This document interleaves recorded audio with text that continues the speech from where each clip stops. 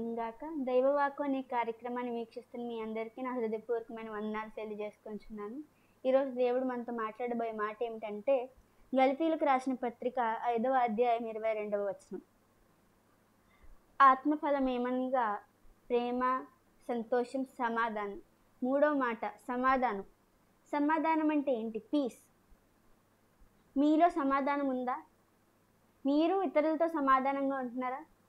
ఇతరులు మీతో సమాధానంగా లేకపోయినా మీరు సమాధానంతో ఉంటున్నారా? ఇది మీరు ఆలోచించవలసిన విషయం అండి.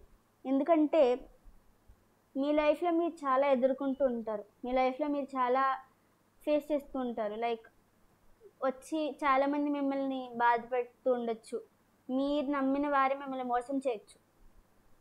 అప్పుడు మనం ఏం చేస్తాం?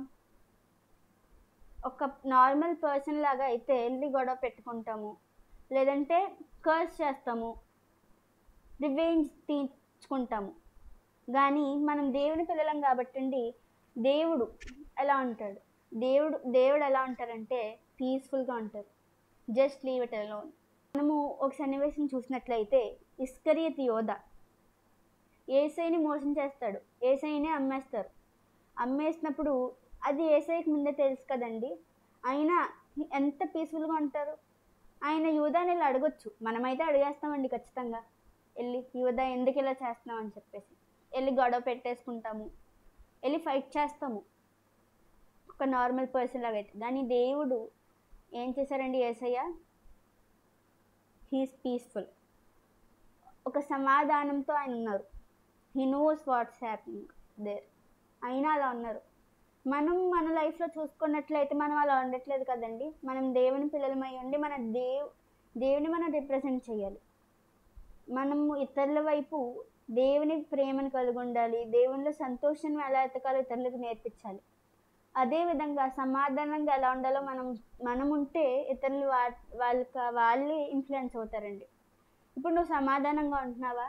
నీ లైఫ్లో చాలా గొడవలు ఉండొచ్చు. చాలామందికి ఫ్యామిలీ ప్రాబ్లమ్స్ ఉంటాయి. చాలామందికి వాళ్ళు చేసే ప్రొఫెషన్లో ప్రాబ్లమ్స్ ఉంటాయి. చాలామందికి వాళ్ళ స్కూలింగ్లో ప్రాబ్లమ్స్ ఉంటాయి. ఎన్నో ప్రాబ్లమ్స్ ఉంటాయి. మీ నైబర్హుడ్లో ఉన్న వారితో మీకు ప్రాబ్లమ్స్ ఉండొచ్చు కదండి. కామన్ దీస్ డేస్ గొడవలు అనేవి చాలా కామన్ అయిపోయినాయి. కానీ మీరు ఎప్పుడైతే సమాధానంతో ఉంటారో దేవుని మీరు అక్కడ రిప్రజెంట్ చేస్తారండి. సమాధానం. ఎంత గొడవైనా అవ్వనివ్వండి, మీరు సమాధానంగా ఉండాలి. ఎంతమంది మిమ్మల్ని మోసం చేసినా మీరు సమాధానంగా ఉండాలి.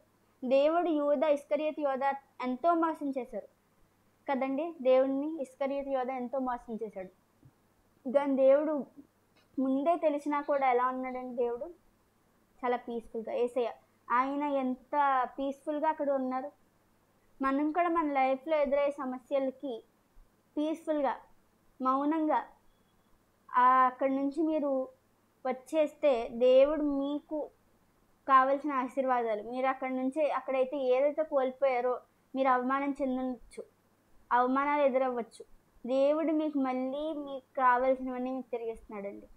ఈ మాటని మీరు పట్టుకుని సమాధానంగా ఇప్పటి నుంచి ఉంటారని కోరుకుంటూ ఈ నా మాటలు ముగిస్తున్నాను. ప్రార్థన చేసుకుందాం. మహాగణు మహోన్నతులను మా ప్రియ పరలోకపు తండ్రి, నీకు వందనాలు, స్తోత్రాలు, స్తుతులేసయ్యా. గడిచిన కాలమంతా నీ కృపాదయ రెక్కల కింద మమ్మల్ని కాచి కాపాడి భద్రపరిచినందుకు నీకు వందనాలు తండ్రి.